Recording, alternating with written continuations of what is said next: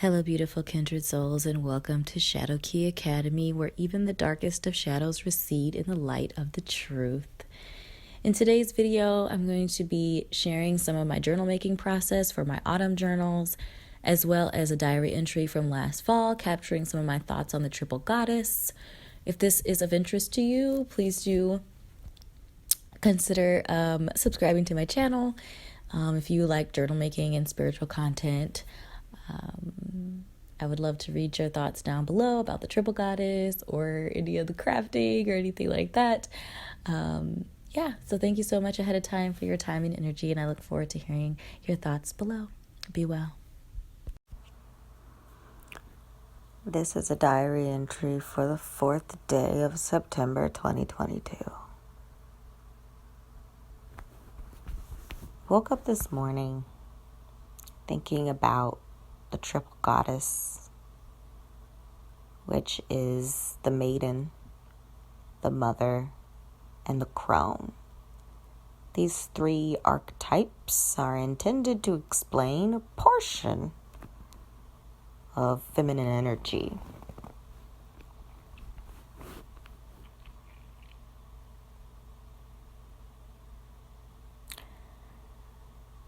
I've experienced the maiden energy. I am in the mother, and the crone is, of course, in my future. I was really just kind of thinking about the fact that these three stages are not sequential. Life wouldn't be so simple.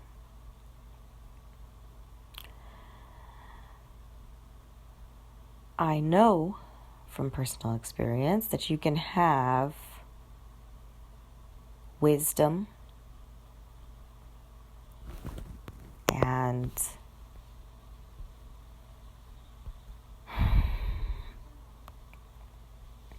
expertise and a deeper understanding of a number of things when in any of the stages. Because there's never a clear line.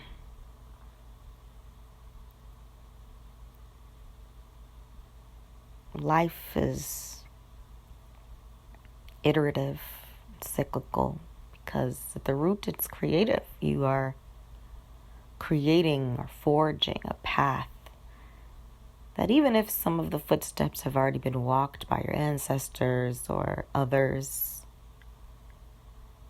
you still have to create your own footsteps at times as you forge your own path toward authenticity and your own personal truth, which of course changes and fluctuates as you gain more knowledge and information about who you are and what you are meant to be experiencing and engaging in this lifetime.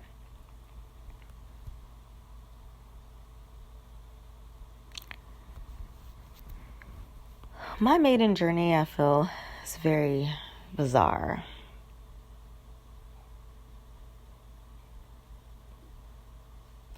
Looking back on it, what I've learned is that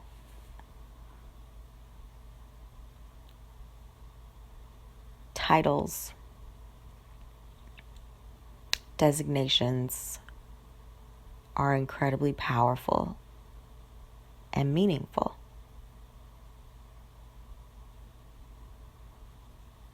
Because there are specific roles and responsibilities that are associated with them. When we say things like, oh, the kid is just being a kid, or boys will be boys, or that's just little girls, we are applying a set of roles and responsibilities to that label. This can be incredibly helpful, especially when it grants and allows grace and understanding to the person wearing that role. Of course, it can also be very dangerous and damaging.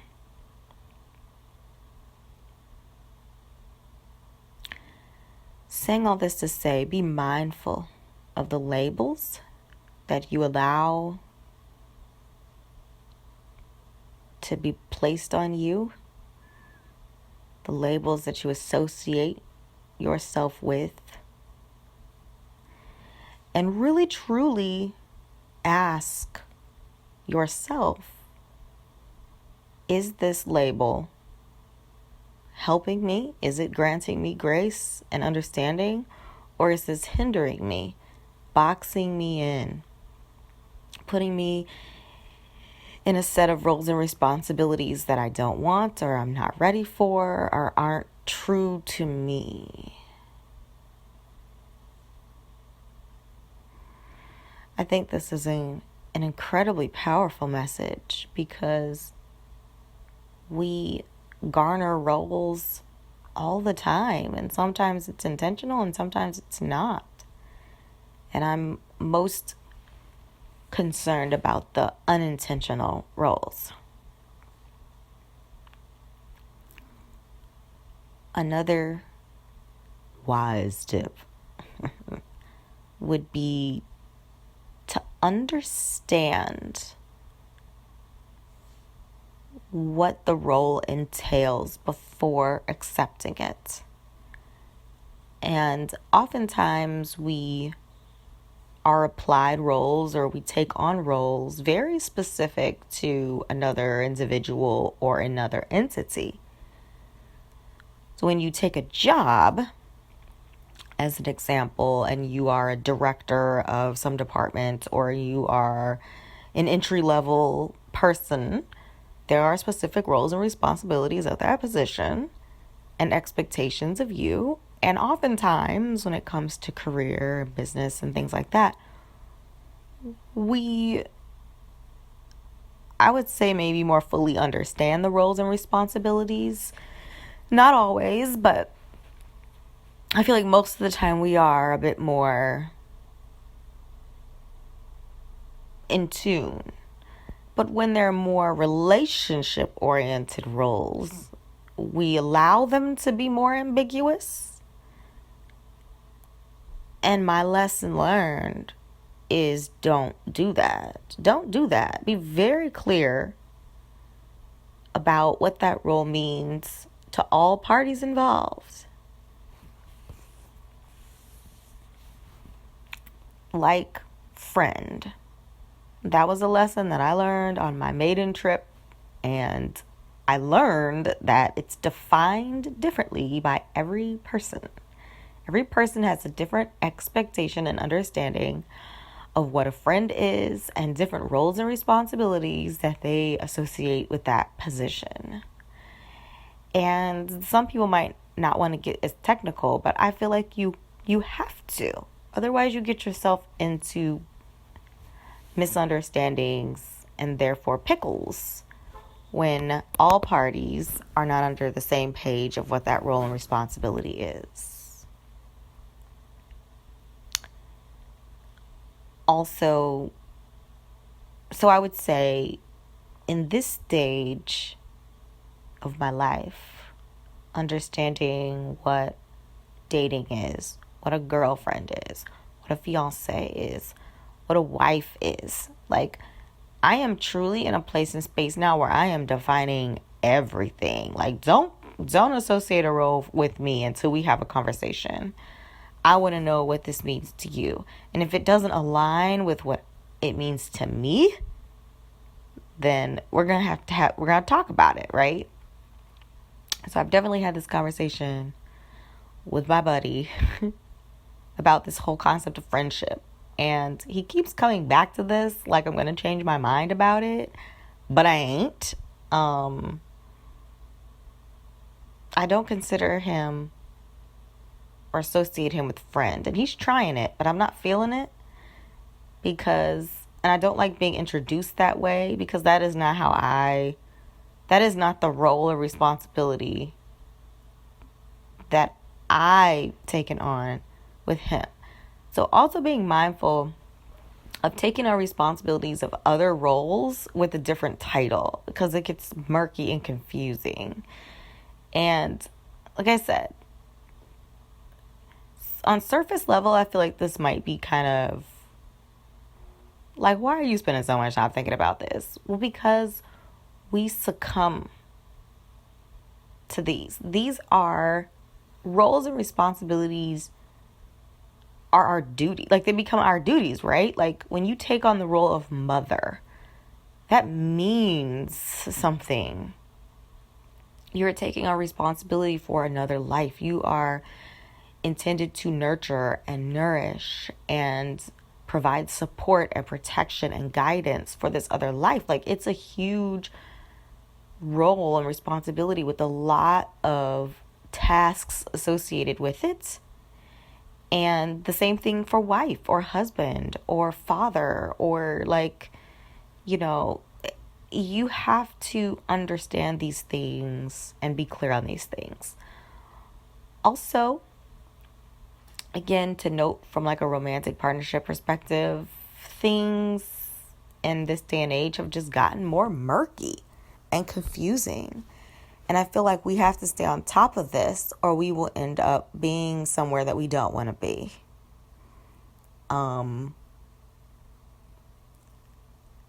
Always be clear with yourself what you want from any kind of a partnership, whether that be romantic or friendship, platonic, or friends with benefits, or whatever it is. Label it.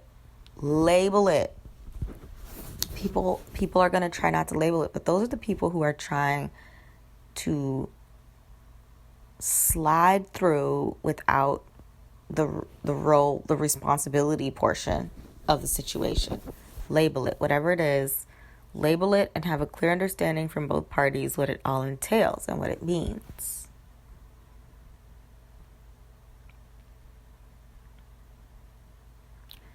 To me, there's very little more frustrating than being in limbo. Like, I would rather know, like, have a no, right? Like, not have anything at all with you. Like, I don't want to be with you. I don't want to talk to you. I don't want, like, nothing. I would rather that than, like, be in this place of confusion and question marks. Some people are okay being in a place of limbo, I guess. If you're not, then don't allow that, because it's going to take more energy. It is. It's going to take more energy.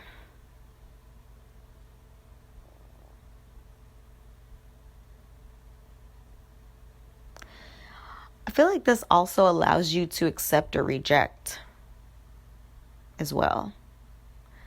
So if what you want out of a partnership is this set of criteria and understandings, and they want something else and you can't agree on it, then you can be like, okay, well, looks like we're not seeing eye to eye. But if we say, oh, we are whatever, and we put a label on it, but everyone has a different understanding of what that label actually means,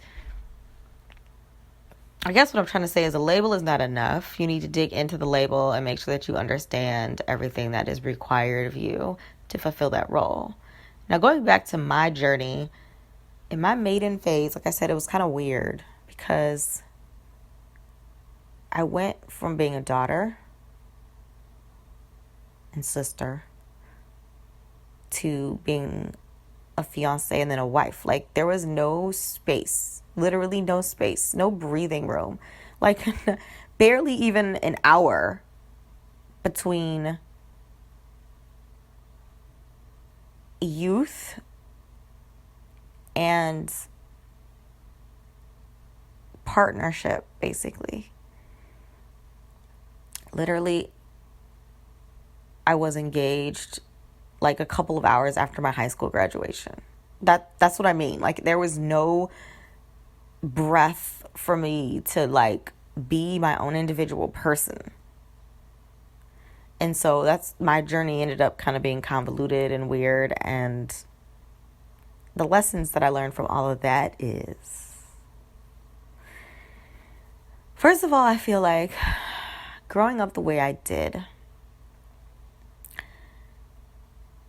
I feel like it's pretty impossible for me to know this without having lived the weird, awkward life that I did in that period of time. Because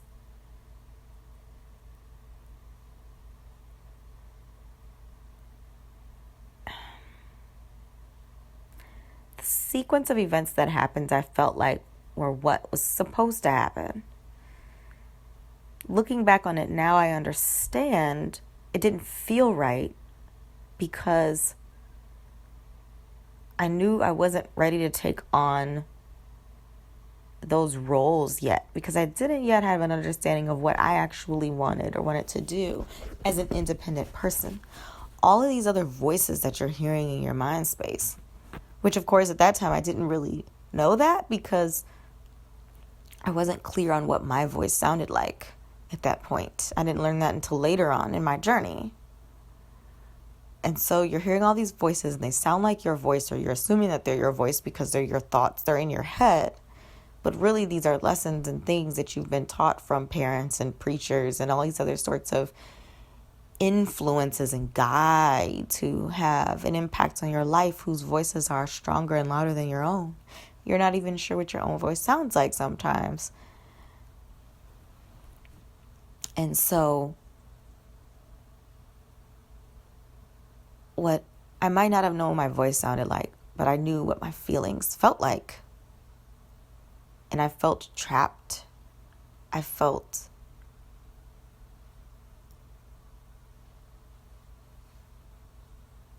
suffocated, limited. It was a heaviness, a weight, an overbearingness to succumb, to continue to bend and fold for other people and what they wanted of me and not what I wanted of me. And so escaping that, liberating myself, that was the next lesson I learned, was how to liberate myself. Scary, uncharted territory. I had no idea where I was going to go or what I was going to do. But I had the opportunity to really think about, what do I want to do? Where do I want to go? Without having other people to think about. Without having to consider their goals and their dreams. So, all right, thanks, Peanut. So, what followed, which is still a part of my maiden journey, was adventure. Hottie top mess. Hottie top mess adventure. Shenanigans and foolery.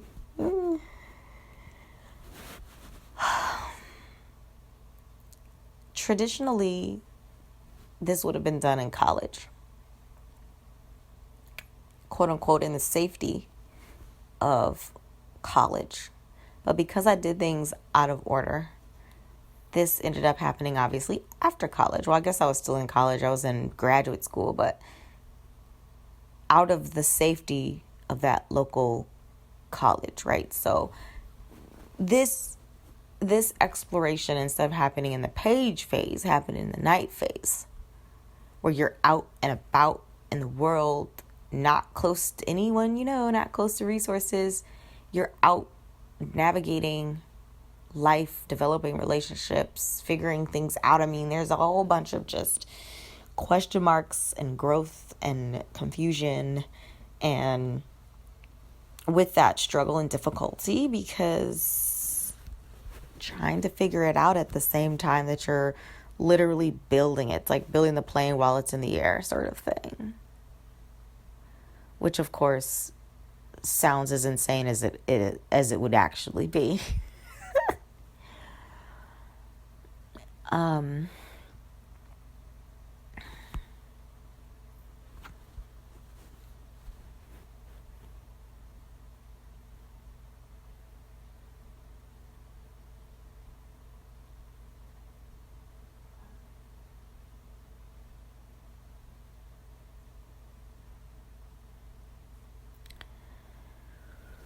I learned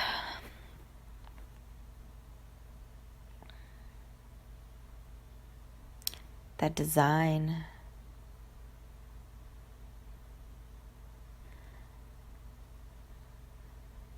learned how to network and socialize. I kind of didn't have a choice. Like, it was just me.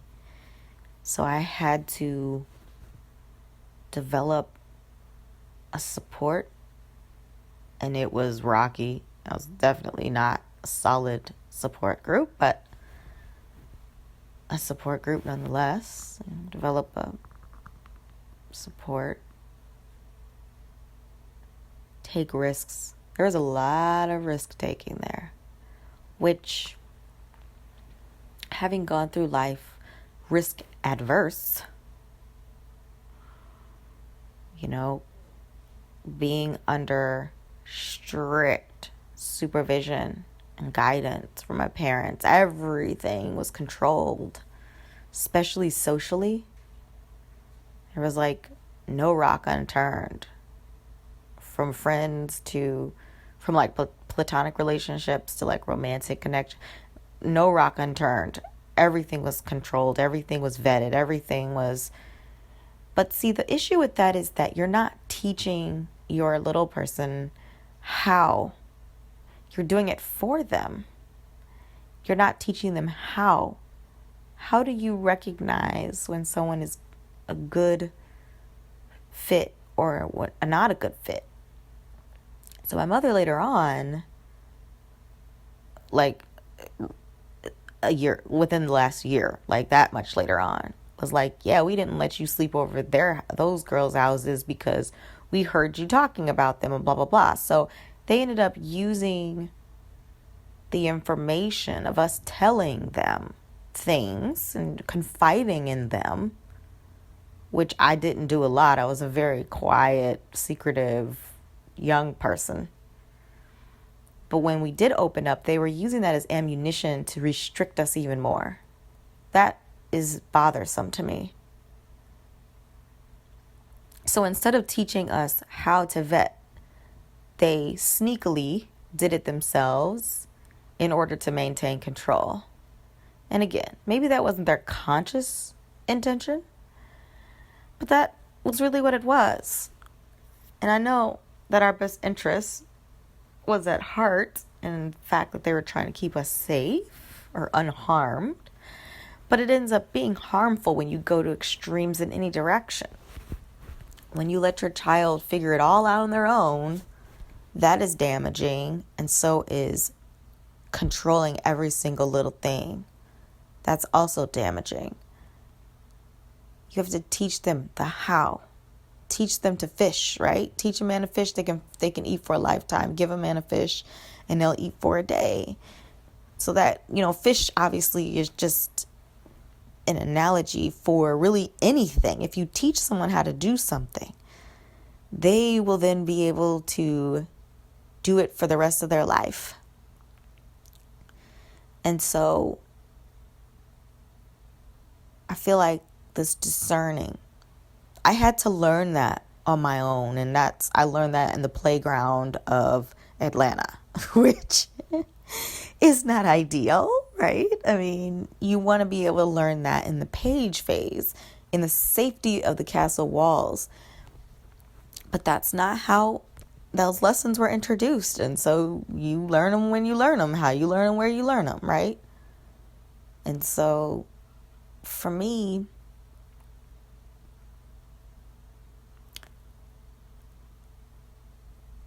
I think with this level of discernment, I feel like with my lesson in discernment, there were some questions about like the quality of character.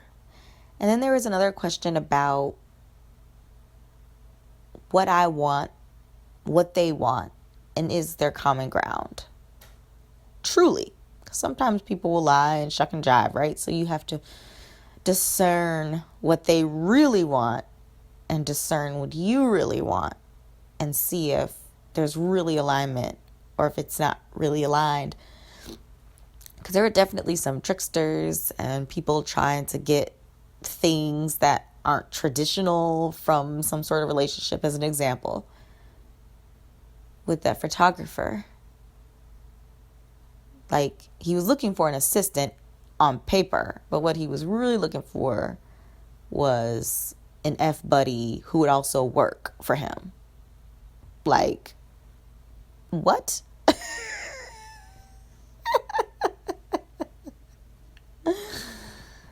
And he had a series of tests in order to discover who this perfect match would be. Very interesting, very bizarre. Definitely not a fit for me. Not what I was looking for. I'm like, I just want a job. Like, I don't want all the extra. That's too much. So that was a huge lesson that I learned, was how to see beyond what people want you to see. Read between the lines, see their truth, see their true intentions. Sometimes people are really good at concealing what they really want and their true character.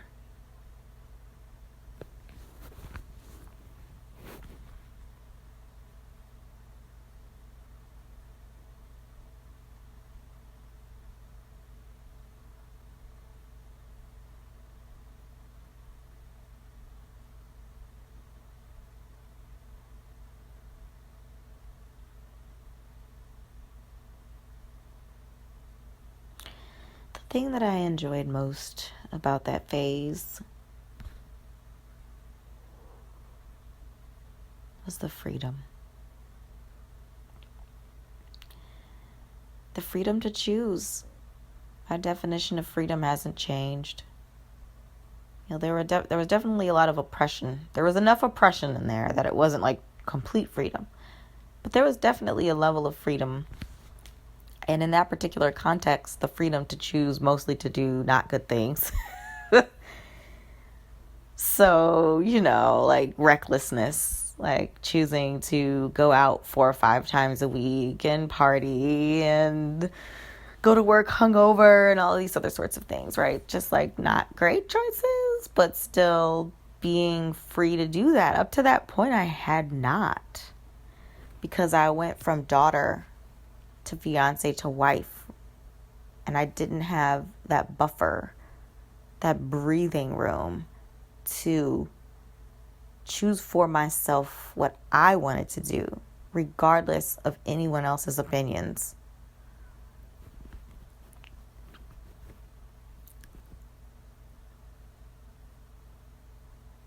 There was no mother, no husband, or anyone else to restrict me. And I made some bad choices. Surely there had to have been an angel watching over me sometimes, because I was pretty good at getting into trouble. But by the grace of God, nothing detrimental. Truly grateful for that. I also learned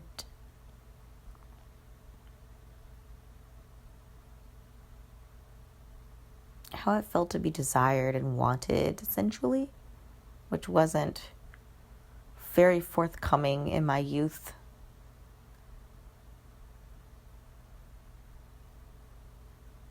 And that was good, bad, or indifferent.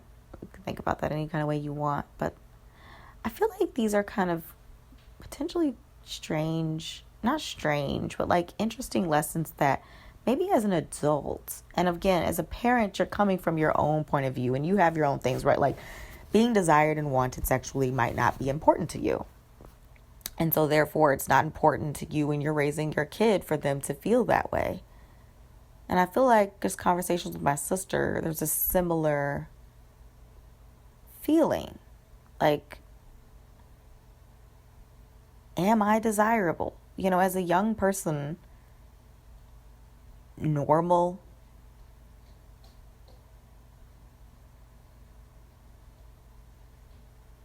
young person, that is something that you want to know. wonder, ponder, want. And so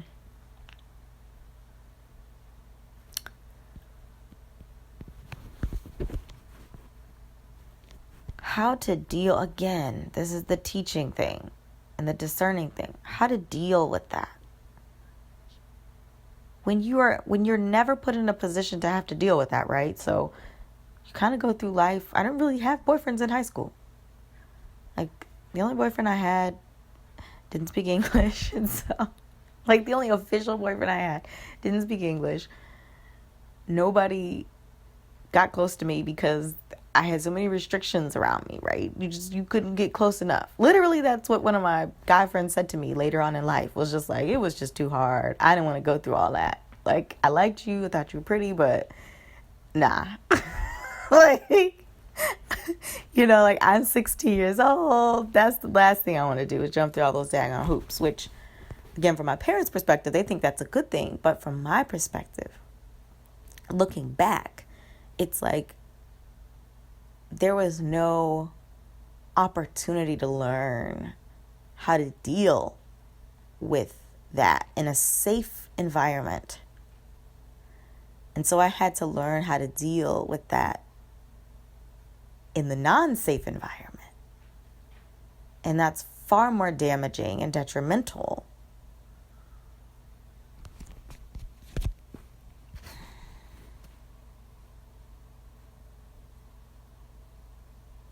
You finally answer a question that you have nagging in the back of your head for years.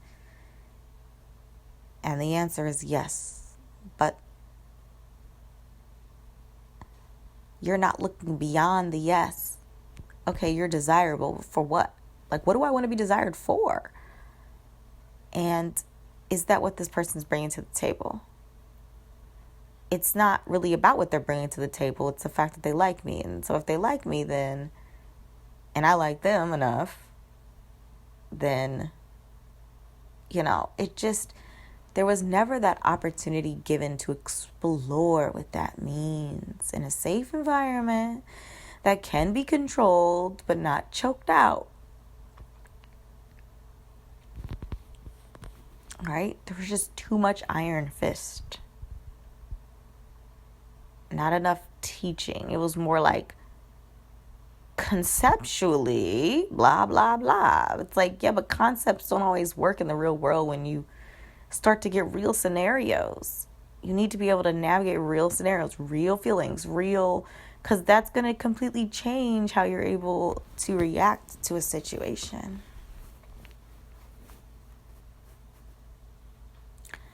Literally, one of the fears that I had for the divorce was that I wouldn't find anyone else who wanted me, which was obviously, looking back on it now, obviously, not then, but now, ridiculous, right? There are like a billion people in the world, really, like no one else, not even one. It's crazy. But like in that moment, when again, your world is so small and so tight and so restricted, this is all you know. Yeah, like super real.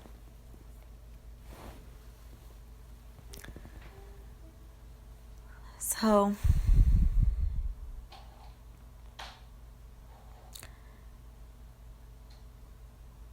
I guess saying all of this to say that I hope and pray that these lessons that I learned will help me be a better mother, to guide my daughter and to teach her how to discern, teach her how to navigate these feelings that are very real and have a very real impact on our lives, so that when she gets out into her night phase, hopefully she's not learning all of these things the hard way, the emotionally damaging way, because really there was a tremendous amount of emotional damage that happened during that time when I was trying to figure things out that I really should have learned in my youth, like in high school. But I didn't have the bandwidth, the breath, the allowance, the air to do that. I didn't have the permission to do that. Wanika kind of just took it. My sister just took it. She was just like, I'm doing this any kind of way I have to because this is what I want to do.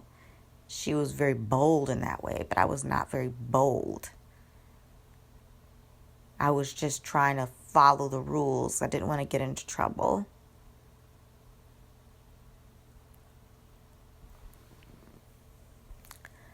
But once I got free of that, Rebellion was my middle name. And I was wilding out.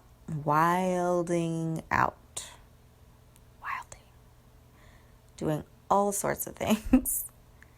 Wildly. So anyway, Atlanta is a bittersweet time in my life. I learned a tremendous amount. In the 3 years that I was there, I feel like I learned more than I did like my entire youth when it came to the topics that I was exploring. And I'm grateful for those lessons. Part of me wishes I would have been able to learn them a different way, but alas, no. This is what you get. This is the life that you got, so. But I really feel like it also set me up for this next stage. So when I left Atlanta, I was transitioning from maidenhood into motherhood. And again, motherhood doesn't necessarily have to be babies. For me, it was. But I could see this part of my life, this nurturing part of my life, could have happened without baby.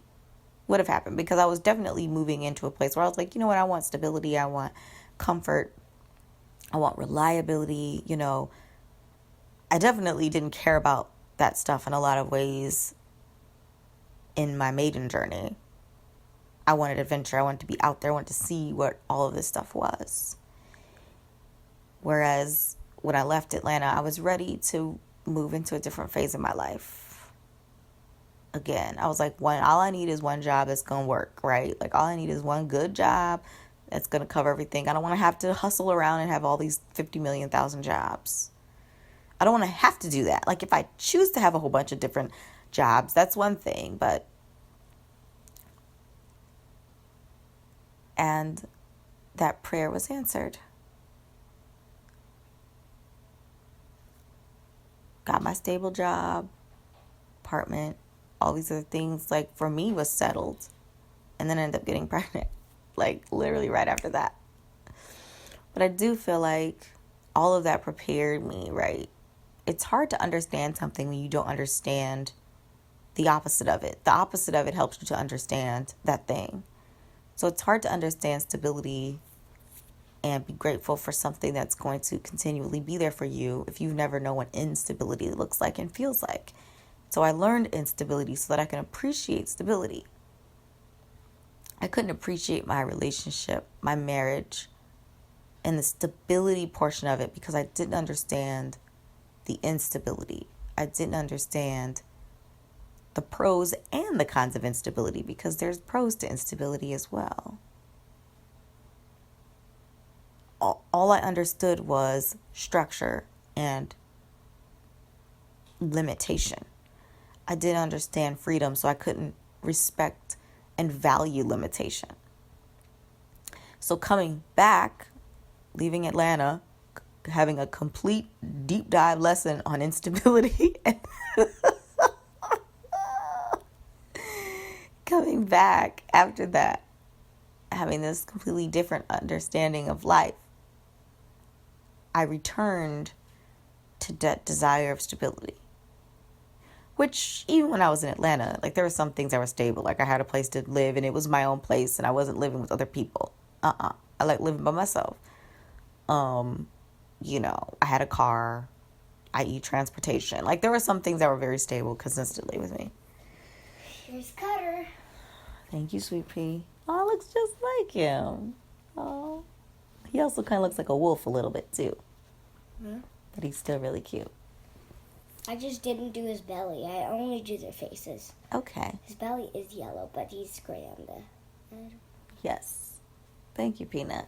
Big black eyes. Okay. So, yeah. So coming back. I feel like now, having experienced both of them, I understand them as a complete entity, which I don't even know what to call them. Freedom and security. There might be a broader term that captures both of the essences here.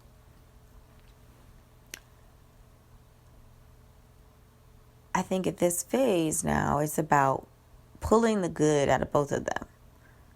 This freedom, this instability, this freedom has value. Let's pull the positives out of that, and then support the weaknesses with the concept of stability, groundedness, and dependability. So it's like the number 4 and the 5 working together,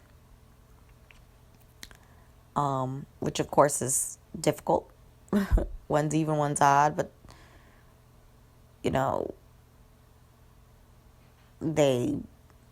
there's some chafing.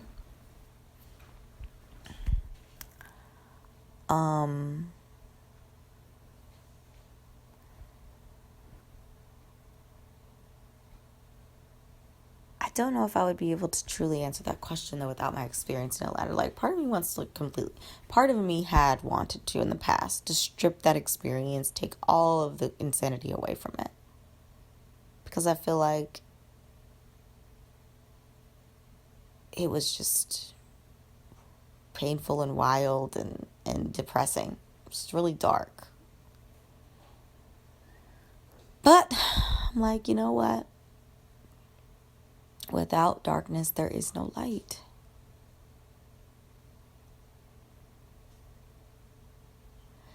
And at last I see the light, and it's like the clouds have lifted, and it's warm and real and bright, and it's like the sky is blue. Okay, those are probably not the words, but yeah.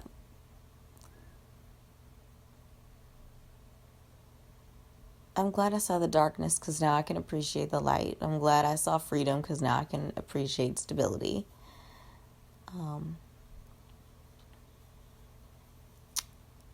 I'm glad I saw a lot of the things that I experienced while I was there, because I feel like it was all setting me up for future. Like, there are a lot of similarities between my current love interest and my past love interest. My ex-husband. They're not the same person, but there's a lot of similarities to them, which isn't all too surprising, right? Because we truly do have types. And for me, I feel like my type is more energetic than it is like physical. Because we know I've dated all over across the board, everywhere physically, but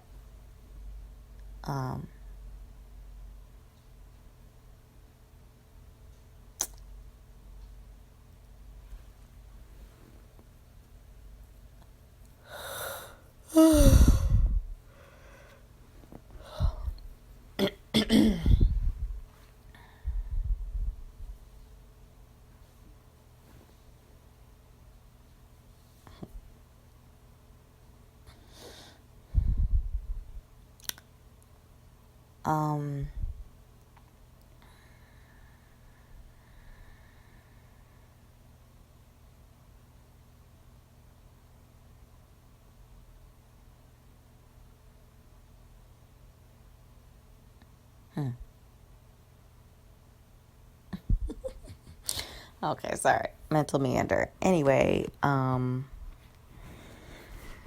yeah, I feel like there is much to learn from the maiden phase of life, as is the intention. Now I'm in the mother phase, hard, but I feel like I'm also learning this, right? This whole nurturing and nourishing thing, showing up things. That is literally what I've been studying the last couple of months with the queens and now the empress being the focus. Literally learning this phase of motherness, this phase of knowledgeable, growing into wise, this version of nurturing and nourishing. Yes, my daughter, but also myself, my career, my future, my partner, whoever that person's going to be. Like, there's a lot to mother that isn't just about literally being a mother to another person. But it is an archetype that represents this idea of nurture, nourish, replenish, renew.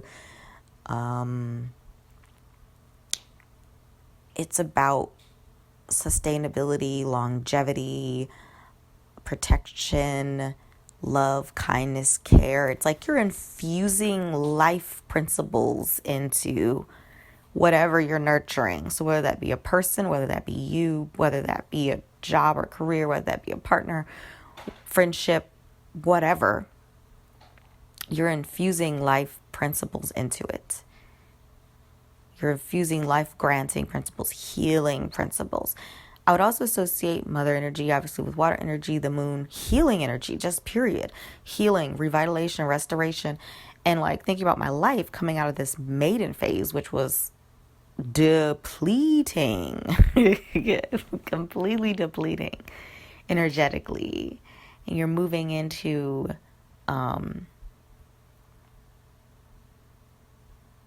this place and space of restoration and love and care and infusion and oasis in the desert. And this comes in the form of, yes, physical restoration, renewal, and all of that. But it's also about spiritual and emotional and like all of the other parts of ourselves that are being nurtured, nourished, soaked in the waters, the healing waters. And the dryness is being massaged back to life, is being infused with life-granting elixir. That's where I'm at right now, smack dab in the middle of it. And yeah, it's transition. It's a transition for me. I'm definitely in the beginning phase of this concept of mother. Like, becoming a mom or a parent to someone does not make you a mother. Archetype. It doesn't make you the mother archetype. It makes you a mother in the literal world, but it doesn't make you the mother archetype. So again, from the beginning of our conversations, understanding the roles and responsibilities through these archetypal positions. What is mother? What does that represent? What is all included in that? Okay, now that is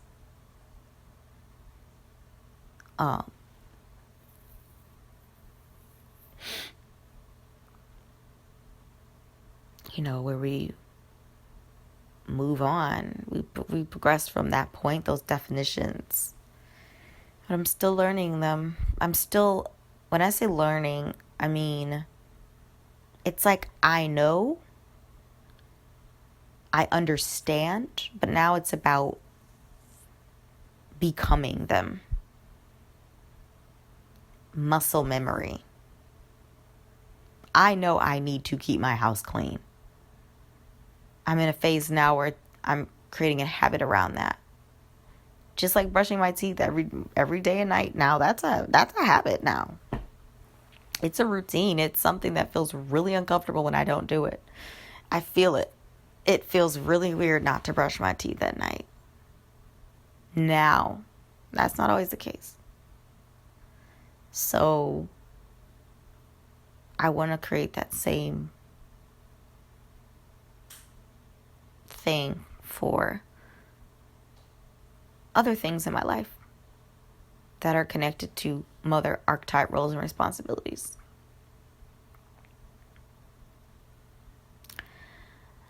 A question that I ask myself is this desire for partnership, right? That I put out in the ether a while back.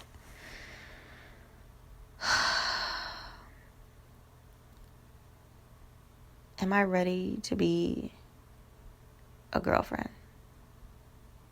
Am I ready to be a fiance? Am I ready to be a wife? Am I ready to do these things? Yeah, there's that itching inkling of fear in the back of my mind that said, hey, you tried this before and it didn't work out. True. However, I am not the same person then as I am now. I have a different understanding and expectation of life for myself and those around me. And I truly believe that I am ready to navigate those archetypes. But I'm in no hurry to jump into wife, as an example. I want to experience girlfriend, and then I want to experience fiance, and then I want to experience wife. Like, I think from a big picture viewpoint, like, yes, one day I want to be someone's wife, and I want to be a really awesome wife, right? And I want to fulfill their expectations of that, assuming that those align with my expectations of that. But it's like, I don't want that right now. And that's literally what I was telling my current interests. Like, yeah, I want to be married and have a family, but I'm not in a hurry to do that, like, tomorrow, But I want that to be an expectation that, yes, that will happen one day. Maybe not today, but one day. I'm not in a hurry, I guess is what I'm trying to say. But I do want them to want that. And I think that's the biggest struggle that I'm having. I feel like I would feel a lot better if it was like, I'm cool with that. That is what I want too. Though I'm also not in a hurry to do it. And that's fine to not be in a hurry. But it's almost like, am I wasting my time? Does this person even want this ever? I don't know.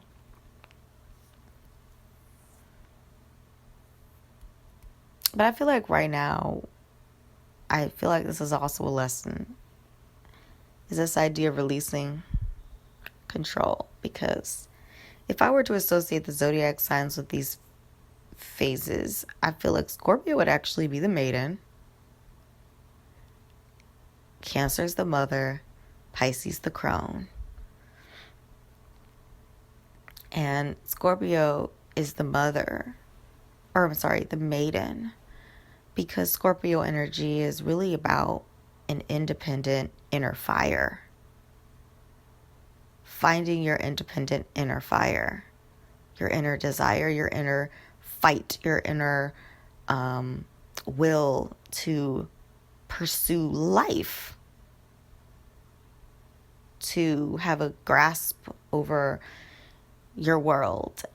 And I feel like the foil to that energy is in releasing, right? Releasing control in order to find enlightenment in that independence.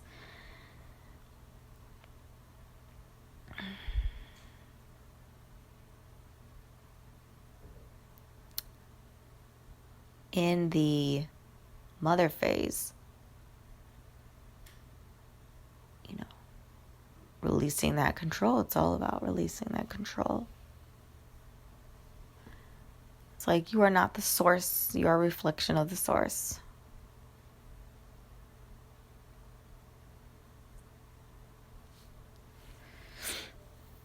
Be like, is it soothing? Is this anxiety and stress soothing? No? Okay, well, let's figure out a way to soothe. Find something that's soothing, that still gets the job done.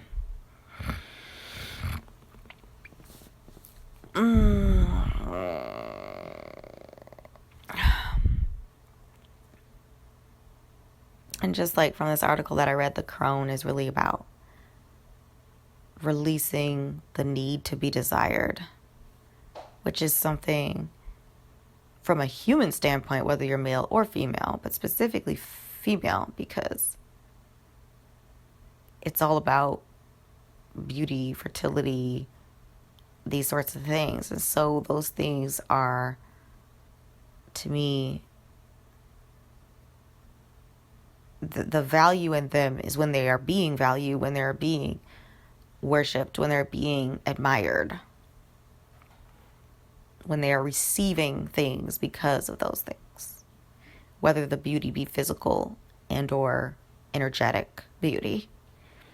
The crone is the release of that. So each of these phases, you're releasing something. And the crone is releasing the need to be desired, wanted, admired for her beauty. And again, that's physical and or energetic beauty, because beauty comes in many different forms, at least 3 different forms: youth, fertility, and aesthetic. So like Venetian beauty, how you carry yourself, what you wear, your makeup, that kind of thing, how you present yourself.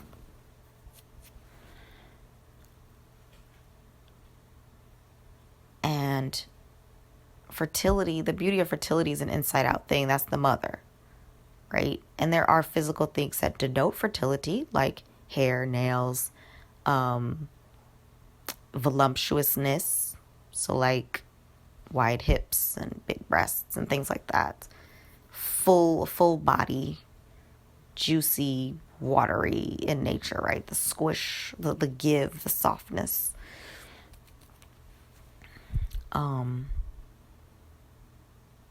Skin, clear skin, that sort of thing, right? So a lot of physical things that represent that inner beauty, like what's going on inside of the, i.e. the fertility.